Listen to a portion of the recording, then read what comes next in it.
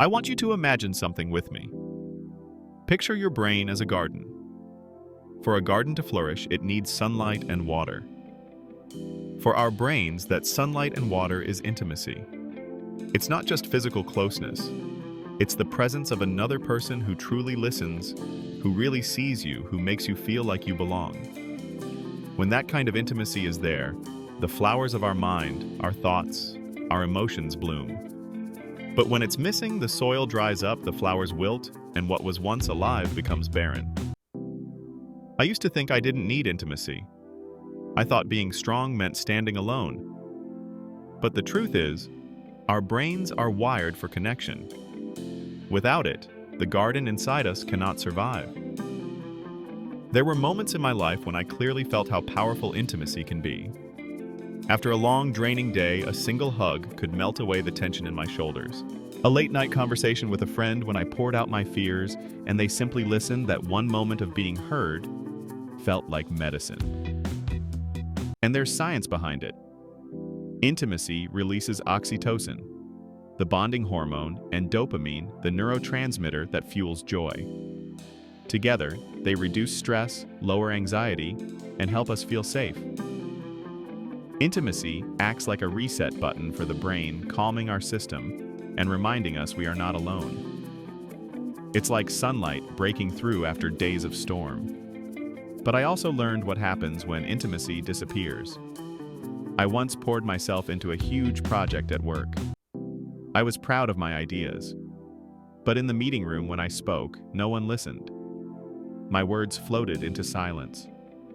People talked over me as if I didn't exist. Sitting there surrounded by people, I felt completely invisible. And neuroscience explains why it hurt so much. Social rejection activates the same part of the brain as physical pain, the anterior cingulate cortex. That's why being ignored felt like being punched in the chest. I pulled back, spoke less, convinced myself it wasn't worth trying. But that only made me more isolated. The less I connected, the less people connected with me. The cycle fed itself, and I carried that emptiness home. My girlfriend, my safe place, was waiting to share her day. But instead of being present, I brushed her off. She opened her heart, and I gave shallow nods, meaningless advice, and no real presence. Without realizing it, I made her feel what I had felt at work, unseen. Until one evening, she whispered the words that crushed me. "Maybe you're not the person I need anymore." My world collapsed in that moment. I realized I wasn't just failing at work, I was failing in love. That was the night I realized intimacy is not just about romance or physical touch. It's about showing up emotionally and mentally with the people who matter. But it took my girlfriend's disappointment to wake me up. And it took watching someone else's life fall apart to understand the cost of losing intimacy completely. Anna, my cousin, was living proof of what happens when absence becomes the norm. Anna married a man who on paper seemed perfect. He was successful, responsible, and gave her everything money could buy. A house, security, vacations, comfort. But he didn't give her himself.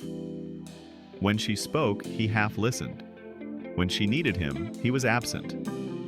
Over time, she stopped trying. Her marriage turned into two roommates sharing walls but not souls. She once told me, "He gave me everything but his presence." And that line stuck with me. Anna endured that silence for 10 years. 10 years of sleeping beside a man, but feeling 1,000 miles away. She told me her nights were restless, her body tired, her mind racing. She tossed and turned, unable to find peace. And each morning she woke up more exhausted than the day before. Listening to her, I felt her pain in my own body. I remembered my own sleepless nights. My heart pounding, my brain spinning with thoughts. Loneliness had invaded my nervous system. Science explains this too. Intimacy acts as a buffer against stress. Without it, the amygdala, the brain's fear center, becomes hyperactive. Cortisol levels rise and never fall. Chronic stress eventually shrinks the hippocampus, the part of the brain that regulates memory and emotions. That's why without intimacy, stress feels unbearable, and recovery feels impossible. Anna sacrificed 10 years of her marriage before finally walking away. She didn't leave for freedom from her husband's work, his habits, or even his flaws. She left to free herself from the suffocating loneliness of being unseen. And watching her leave taught me intimacy isn't a luxury, it's survival. The absence of intimacy doesn't just hurt, it twists the way we see ourselves. I know this because I lived it. After being ignored, I would replay conversations endlessly. Did I say something stupid? Do they hate me? Am I worthless? Neuroscientists call this the default mode network. When disconnected from others, this system goes into overdrive, filling the silence with self-criticism and doubt. Anna confessed she blamed herself too. She wondered if she wasn't attractive anymore, if she was too demanding, if she was unlovable. But she wasn't the problem. The problem was the absence of intimacy. Without it, the brain invents cruel stories convincing us we deserve to be alone. I also learned how intimacy shapes not just emotions, but even pain and sleep. Touch, whether a hug, cuddling, or even holding hands, releases endorphins, the body's natural painkillers. Without touch, pain feels sharper. One study showed migraine sufferers experienced relief after intimacy because of dopamine and blood flow. Without it, discomfort intensifies. But intimacy also secures relationships. Without it, the brain can't measure stability. I grew jealous and suspicious, doubting my girlfriend without reason. The lack of closeness created paranoia where there should have been trust, and sleep was wrecked. Normally, intimacy releases oxytocin and prolactin hormones that soothe and deepen rest. Without them, the brain stays on high alert. Anna's nights, my nights, they were proof. Being next to someone and still feeling restless is one of the loneliest experiences a human can endure. But here's the turning point. I didn't lose everything. The night my girlfriend nearly walked away, I woke up. I realized I couldn't keep repeating the cycle. I had to relearn intimacy. So I chose to change. I began listening, really listening. Not nodding, not fixing, but being present. At work, I stopped retreating and reached out instead. Slowly, colleagues responded. Slowly, my girlfriend's eyes softened. She saw I was there again. Anna's path was different. She left. And though it was painful, it was healing too. Walking away gave her freedom from suffocation.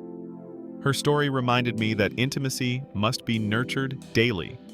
It can't be replaced by money, by success, or by habit. And I learned intimacy doesn't just come from romance.